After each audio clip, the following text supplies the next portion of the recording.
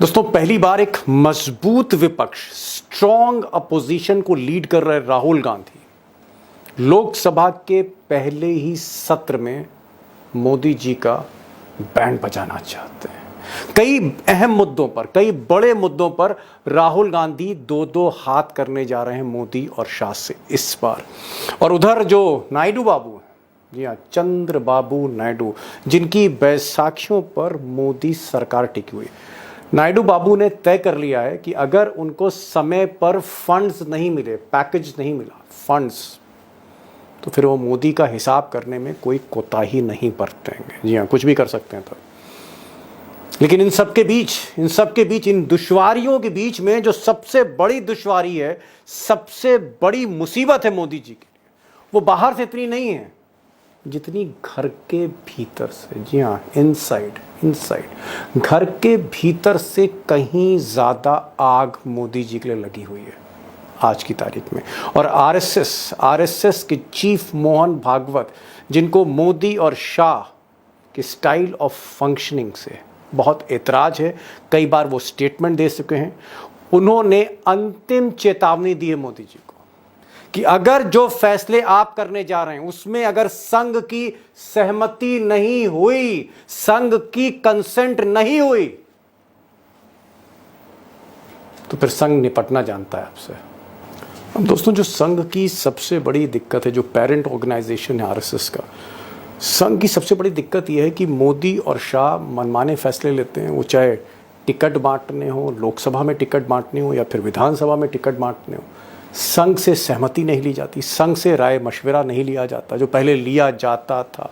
इसके अलावा किसको मंत्री बनाना है, किसको आगे बढ़ाना है, इस पर भी कोई राय शुमारी मोदी नहीं करते मोहन भागवत के साथ। और अब संघ ने कह दिया है कि नड्डा के बाद जो नया अध्यक्ष बीजेपी का बनेगा, जो नेशनल चीफ बनेगा बीजेपी का, पार्टी का जो प्रेसिडेंट बनेगा, मुखिया बनेगा, अगर उसमें सहमति नहीं ली गई, कंसेंट नहीं ली गई आरएसएस की, तो फिर कुछ भी हो सकता है।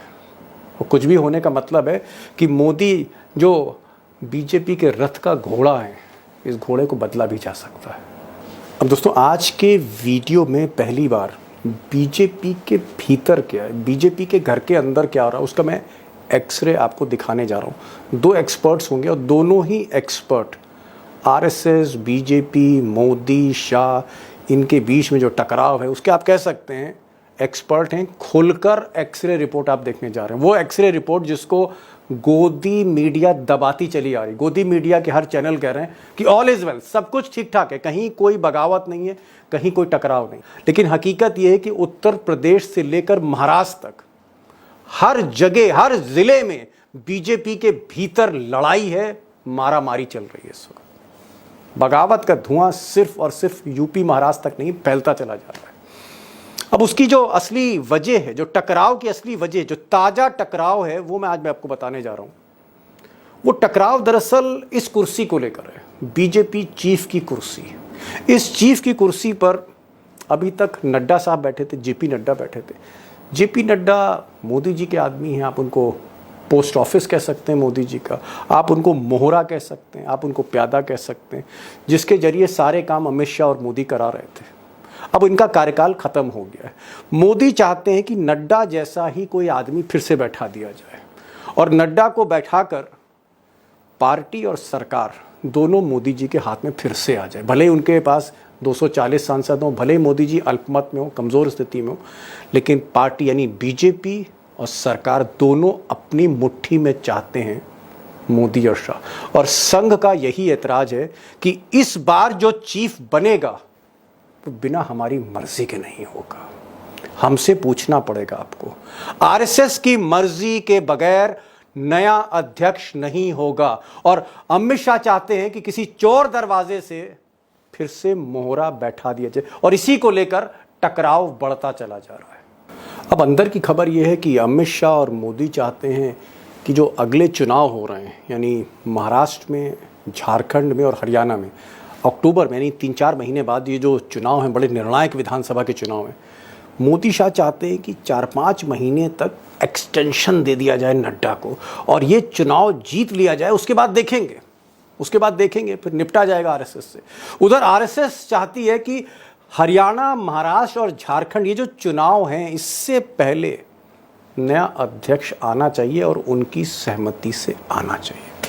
अब दोस्तों, इस कहानी में जो सबसे बड़ा ट्विस्ट है वो ये है कि जो 3 राज्यों में, 3 प्रमुख राज्यों में जो चुनाव हो रहे हैं, हरियाणा, महाराष्ट्र और झारखंड, तीनों जगह बीजेपी की हालत अच्छी नहीं, दाल पतली है मोदी जी की। महाराष्ट्र में शरद पवार, उद्धव ठाकरे ने नाक में दम कर रखा है। हरियाणा बीजेपी के हाथ से निकल गया इस बार लोकसभा में, आधी से ज़्यादा सीटें बीजेपी हार गई। और झारखंड में जब से हेमंत सोरेन को एक गलत मामले में जेल में डाल रखा है, वहाँ पर आदिवासी सेंटिमेंट्स अब बीजेपी के साथ नहीं है। सवाल इस बात का है कि अगर ये तीनों राज्य मोदी जी हार जाते, अगर हार जाते हैं अक्टूबर में 4 महीने बाद, और उधर एक मजबूत विपक्ष है, उधर आरएसएस जो है कहीं ना कहीं मुखालिफ है मोदी जी के, और बीजेपी के अंदर आग लगी हुई है, और नीतीश और नायडू का कोई भरोसा नहीं, अनप्रेडिक्टेबल है। ऐसी स्थिति में जहां चारों तरफ मोदी जी के परेशानी ही परेशानी है, अगर वो 3 राज्य भी हार गए तो साल के आखिर में मोदी जी का होगा क्या? कुछ लोग कह रहे हैं कि आरएसएस अपने रथ का घोड़ा बदल सकती है। गडकरी टाइप का कोई एक नया नेता आ सकता है या कोई और नेता आ सकता है। यानी कुल मिलाकर मोदी जी एक बहुत ही मुश्किल ज़मीन पर खड़े हैं। इसी को आज मैं असेस करने जा रहा हूँ, और जो 2 खास मेहमान हैं वो दोनों ही एक्सपर्ट हैं आज इस सब्जेक्ट के, आरएसएस और बीजेपी के। अशोक वानखेड़े टाइगर जो विदर्भ से आते हैं, महाराष्ट्र से आते हैं, और नागपुर जहाँ आरएसएस का मुख्यालय, वहाँ से विवेक देशपांडे होंगे। इंडियन एक्सप्रेस के बड़े पुराने पत्रकार रहे हैं, पॉलिटिकल एक बहुत ज़बरदस्त इंसाइट है उनकी। विवेक देशपांडे आरएसएस को जानते हैं, नागपुर से जोड़ेंगे, और अशोक वानखेड़े दिल्ली से जोड़ेंगे। इन दोनों को समझने की कोशिश करते हैं, एक सेकंड ओपिनियन, तस्वीर का दूसरा पहलू। क्या वाकई मोदी और मोहन भागवत के बीच जो लड़ाई है ये बढ़ती चली जा रही है, और इस लड़ाई में कहीं ना कहीं गुजरात लॉबी के अगेंस्ट जो बीजेपी के नेता है वो शामिल हो रहे हैं? क्या जो घर में आग लगी है ये फैल रही है जंगल की आग की तरह, या इसको बुझाने का उपाय है कोई मोदी शाह के पास? ज़्यादा वक्त नहीं लूँगा, चलते हैं सीधे अशोक वानखेड़े टाइगर के पास और विवेक देशपांडे के पास। मेरा पहला सवाल विवेक देशपांडे से, और फिर मैं टाइगर के पास आ रहा हूं। विवेक जी, क्या आपको लगता है कि आरएसएस और बीजेपी में जो टकराव है आज की तारीख में, टुडे, आज की तारीख में, आप पिछले 30-35 वर्षों से कवर कर रहे हैं, क्या ऐसा टकराव आपको हाल फिलहाल में दिखा कि नहीं?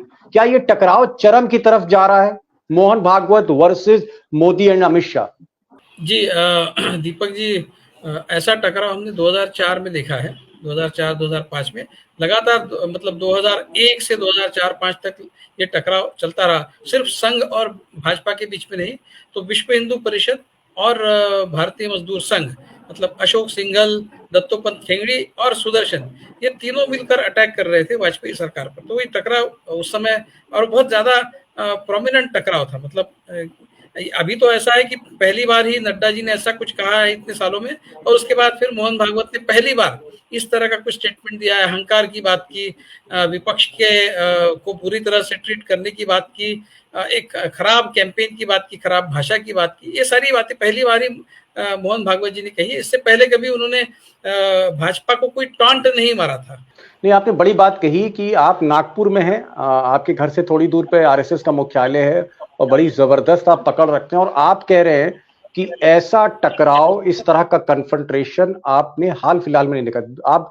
20 साल पहले की बात कर रहे हैं, यानी इधर 10 साल में पहली बार आप देख रहे हैं। इसका मतलब एक बड़ी खबर है, एक धुआं है जो धीरे धीरे उठ रहा है, और इस धुएं में बीजेपी के कई ऐसे बागी नेता भी हैं जो शामिल हो रहे हैं धीरे धीरे मोदी और अमित शाह के खिलाफ। टाइगर, आपको क्या लगता है कि अगर ये जो नड्डा की जगह जो दूसरा अध्यक्ष चुनना है, बीजेपी का जो चीफ चुनना है, अगर ये बीजेपी का चीफ मोहन भागवत की पसंद का नहीं हुआ, मोदी ने फिर अपना आदमी बैठा दिया, अमित शाह ने फिर अपना मोहरा बैठा दिया, अगर मोहरा बैठाया गया, अमित शाह ने बैठा दिया, और उस पर सहमति मोहन भागवत की नहीं है, तो फिर आपको क्या लगता है कि ये टकराव बड़ा प्रचंड होगा, अभूतपूर्व होगा, ऐतिहासिक होगा, और ये खा जाएगा मोदी सरकार को भी? यकीनन अरे 240 पे बीजेपी नहीं आती है, 300 क्रॉस कर जाती तो संघ पे रिसीवर बैठता। क्या? 230 300 क्रॉस कर लेती बीजेपी अपने बलबूते पे तो संघ पे रिसीवर बैठता।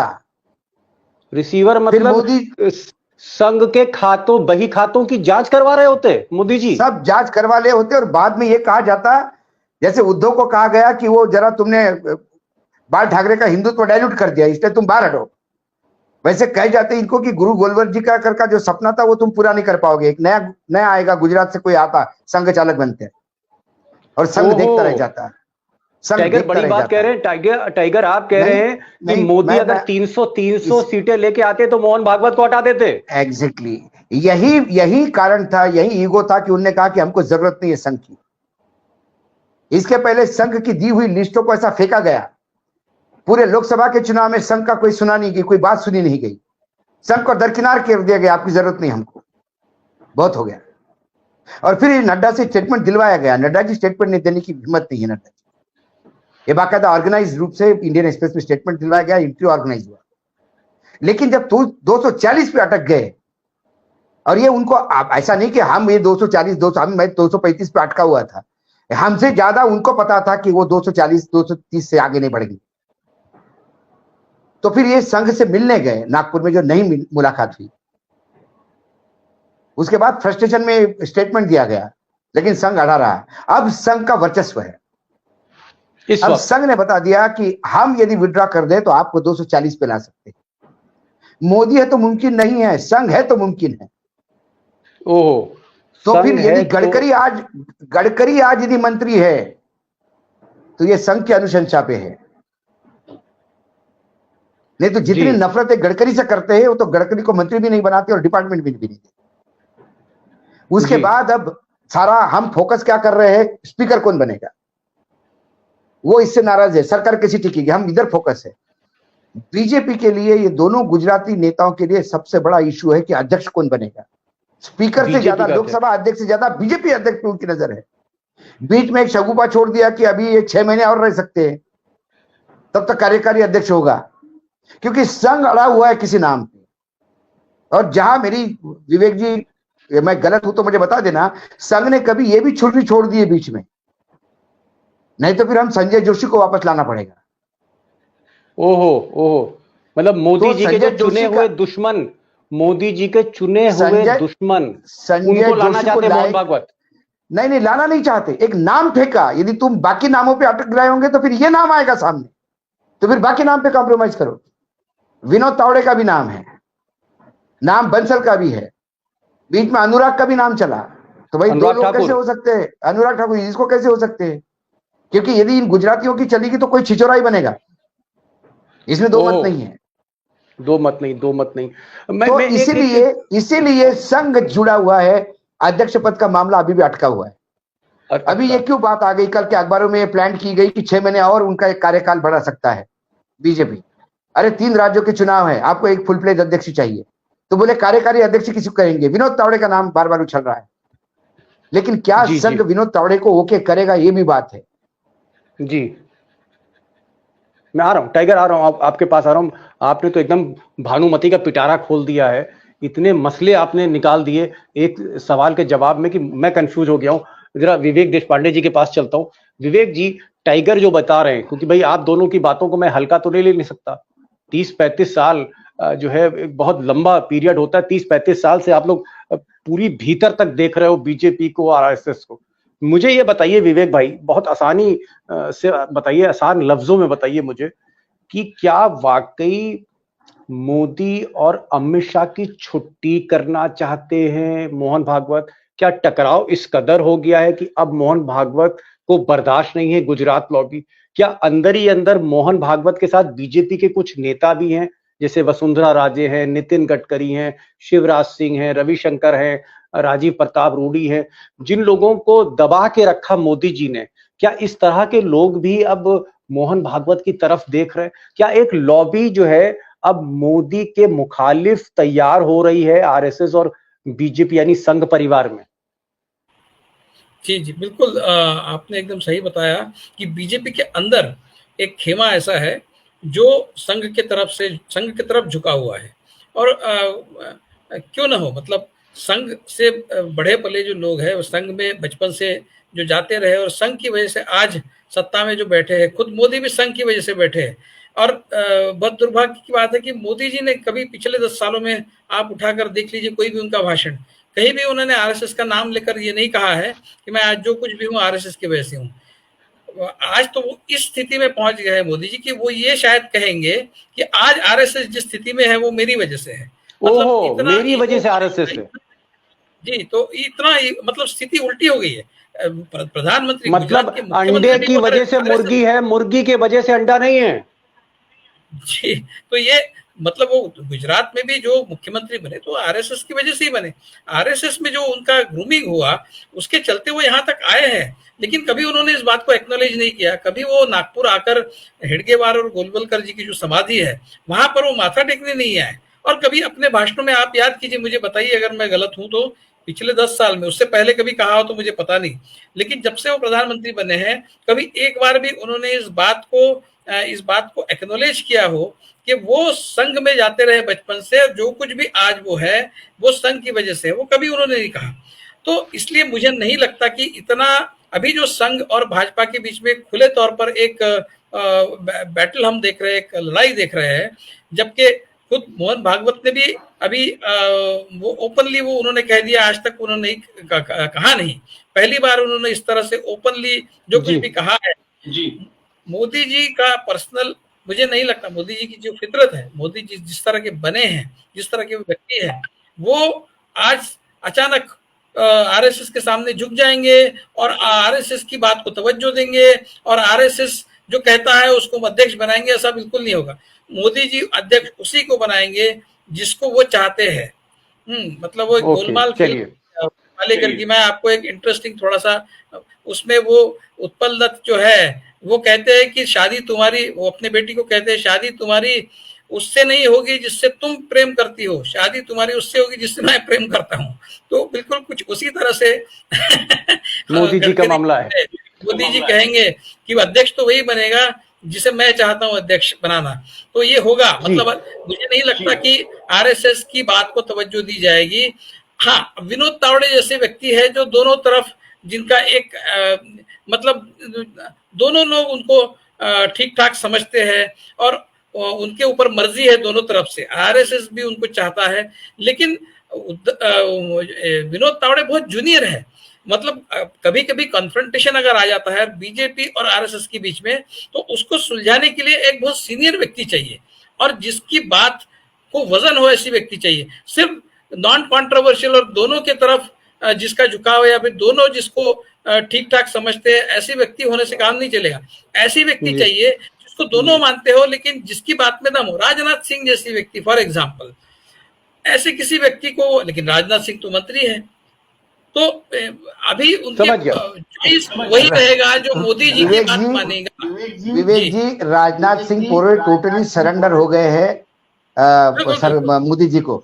जब उन्होंने ये कह दिया कि 2029 में भी मोदी जी के नेतृत्व में चुनाव लड़ेगा, तभी संघ समझ गया कि ये पूर्ण रूप से उधर ये चले गए। जी टाइगर, मैं यहाँ एक सवाल पर आ रहा हूँ, समय भी हो रहा है। लास्ट क्वेश्चन मोस्ट प्रोबेबली आपसे है, जो विवेक देशपांडे जी ने कहा, इन्होंने कहा कि चाहे मोदी जी 240 सांसदों पर के बल पर खड़े हों या 240 से कम हो, उनका स्वभाव बदल नहीं सकता। मिजाज मोदी का नहीं बदलेगा, टेम्परामेंट नहीं बदलेगा, वो जो डिक्टेटरशिप एटीट्यूड है आयरन हैंड वाला वो रहेगा, चाहे वो जितने कमजोर हो जाएं। तो ये कह रहे हैं, इनका निष्कर्ष ये है कि मोदी जी आज भी ये कोशिश करेंगे कि उन्हीं का आदमी, एक मोहरा जो है वो भाजपा का अध्यक्ष बने, सरकार भी हाथ में हो, संगठन भी हाथ में। अगर मोदी ने अपना आदमी बना दिया, मोदी शाह ने, तो फिर आगे आपको क्या दिख रहा है? क्या संघ विरोध करेगा? क्या बगावत और तेज होगी? फिर क्या होगा? देखिए, मोदी जी के लिए विन विन सिचुएशन क्या है अभी? उनके लिए सत्ता में रहना है विन विन सिचुएशन। भाजपा का अध्यक्ष उनका रहा और सत्ता हाथ से चली गई तो मतलब नहीं।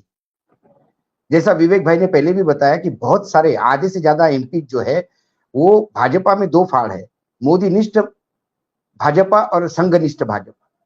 और संघनिष्ठ भाजपा का वर्चस्व है, ये जानते हैं मोदी जी, इसीलिए उन्होंने बीजेपी के पार्लियामेंट्री बोर्ड के सामने फेस ही नहीं किया।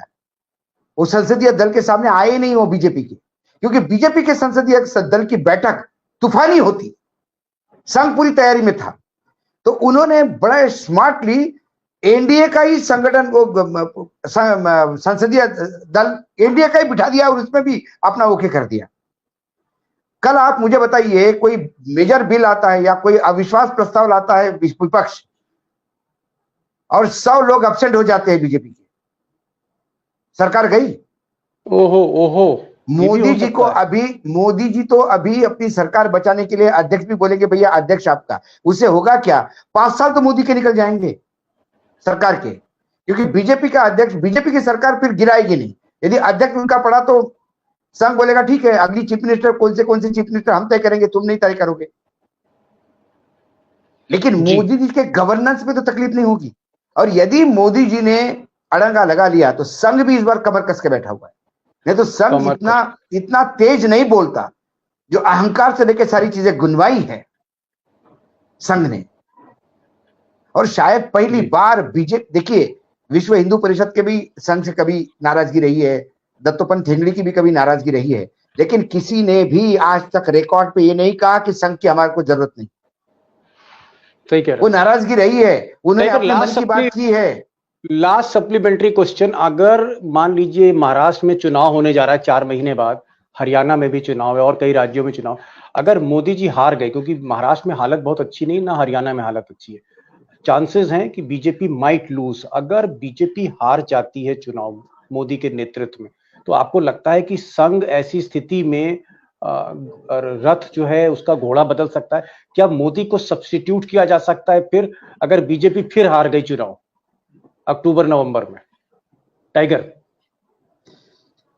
देखिए ये तो संघ उस समय, क्योंकि संघ के 100 साल भी है, संघ अनस्टेबल सरकार नहीं चाहे। ये बात भी उतनी तय है कि यदि ये सरकार गिराने के लिए 100 लोग बीजेपी के एब्सेंट रहते और सरकार गिर जाती, तो फिर जो नई सरकार बनेगी उसको क्या मोदी जी का कुनबा साथ देगा? वो बोलेगा ठीक है हम तो विधानसभा लोकसभा भंग करते, चुनाव में ही चलो, या बोलेगा इंडिया गठबंधन की सरकार बनने दो, और फिर बनेगी तो बताएंगे संघ क्या है। संघ को बहुत कॉशियस पैर रखना होगा। संघ दबाव भी बनेगा लेकिन टूटने भी नहीं देगा। और गुजरात लॉबी को सत्ता में रहना बहुत जरूरी है। एक दिन भी सत्ता चली गई तो सीधा तिहाड़ है। ओहो, क्योंकि जैसा आपने बाकी लोगों को रखा, कोई भी किसी भी पुराने स्कैंडल में एक अप्रूवर आएगा, वो एफिडेविट बना के देगा कि मुझे अमित शाह जी ने ऐसा कहा था और मोदी जी ने ऐसा कहा। बस एक एफिडेविट के ऊपर ही जेल जाएंगे, क्योंकि एफिडेविट के ऊपर ही लोग जेल जा रहे हैं। जी जी। एक स्टेटमेंट दिया गृह मंत्री महाराष्ट्र का जेल में, अभी केजरीवाल किसी के वक्तव्य पे जेल में, एक अप्रूवर के। तो ये सरकारी गवाह तो कोई भी बनाया जा सकता है, कोई भी बनाया जा सकता और है। ये नहीं चाहते किसी भी हालत में लोग। जी जी जी। लास्ट क्वेश्चन विवेक जी, टाइम हो रहा है। लास्ट क्वेश्चन मेरा ये है कि जो मैंने अभी टाइगर से पूछा कि अगर महाराष्ट्र में चुनाव हार जाती है भाजपा, जो आसार लग रहे हैं, लक्षण लग रहे हैं, या फिर हरियाणा में हार जाए, तो मोदी जी की स्थिति और ज्यादा खराब होगी? क्या मोदी और ज्यादा कमजोर जमीन पर होंगे? विवेक देशपांडे, लास्ट क्वेश्चन। जी बिल्कुल जाहिर सी बात है, मोदी जी और वीक होंगे और वो कमजोर होंगे, इसमें कोई शक नहीं है। और मुझे लगता है कि आरएसएस भी ये कोशिश करेगा। अभी तो सत्ता में आ गए हैं, तो बीजेपी की सत्ता तो है, तो अभी बीजेपी वो सत्ता नहीं, सत्ता खारिज नहीं करना चाहिए। संघ जो है वो बीजेपी की सत्ता खारिज नहीं करना चाहेंगे, वो केंद्र में बीजेपी की सत्ता बनी रहे, इसके पक्ष में ही संघ रहेगा। लेकिन महाराष्ट्र में मोदी जी को झटका मिल सकता है और उसमें संघ फिर एक बार वही काम करेगा जो अब की बार उन्होंने लोकसभा में किया है। महाराष्ट्र में उन्होंने पूरी तरह से अपने आप को विड्रॉ कर दिया था। जो मेरी संघ के लोगों से बात हुई उसके ऊपर से मुझे जो इनपुट्स मिले उसके बेसिस पे कह रहा हूं कि हाथ खींच लिया था। वैसा हरियाणा में भी करेंगे, झारखंड में भी करेंगे। तीनों जगह अगर मोदी जी विफल रहते हैं अपनी सरकार बनाने में, महाराष्ट्र में तो पूरे चांसेस है कि वो विफल रहेंगे, हरियाणा में और हरियाणा में भी चांसेस है, झारखंड का मुझे पता नहीं। तो ऐसी स्थिति में संघ ये चाहेगा कि मोदी जी और वीक हो जाए, और वीक जब हो जाएंगे तब संघ अपनी बात पूरी ताकत के साथ रखेगा और फिर मोदी जी का शायद बार्गेनिंग पावर बढ़ेगा, संघ का बार्गेनिंग पावर बढ़ेगा। क्या रिप्लेसमेंट हो सकता है? टाइगर, लास्ट लाइन हाँ? क्या रिप्लेसमेंट हो सकता है, बदलाव हो सकता है, नेतृत्व परिवर्तन हो सकता है, संघ कर सकता इसके है? लिए इसलिए एक मर्द को आगे आना होगा। मर्द को आगे, बड़ी बात कह दी आपने। मर्द की तलाश हो रही है। वो मर्द नितिन गडकरी होते हैं या वो मर्द जो हैं वो राजनाथ सिंह कौन होगा मर्द, असली 56 इंच की छाती वाला, उसकी तलाश में आरएसएस है। लेकिन एक बात जो हमारे दोनों एक्सपर्ट्स ने कही कि आग लगी है, धुआं बहुत पहले से उठ रहा था, अब आग दिखने लगी है। महाराष्ट्र का चुनाव बड़ा निर्णायक होने जा रहा है और मोदी अगर कमजोर होते चले गए तो संघ की बार्गेनिंग पावर बढ़ेगी और फिर संघ डिक्टेट करने के टर्म्स में आ सकता है। यानी आने वाले समय सिर्फ नीतीश और नायडू के हाथ में नहीं है, आने वाला मोदी का समय सिर्फ मजबूत विपक्ष के हाथ में नहीं, आने वाला समय मोदी का मोहन भागवत के भी हाथ में है। और देखना है कि महाराष्ट्र में क्या होता है, ऊंट किस करवट बैठता है। कुल मिलाकर हम कह सकते हैं कि मोदी जी एक बहुत कमजोर स्थिति में इस वक्त हैं। टाइगर आप आए, विवेक भाई आप आए, और जिस तरह से आपने भीतर की बात आप कैमरे पर लेकर आते हैं, वो जो अदा है, वो जो दमखम है, कम से कम मर्द भाजपा में नहीं लेकिन मर्द हमारे पैनलिस्ट में जरूर हमें दिखता है, ये मैं कह सकता हूं। Thank you so much for this bold statement, bold answers today. Thank you so much from behalf of my friends. सबकी तरफ से बहुत बहुत शुक्रिया इस प्रोग्राम में शामिल होने का।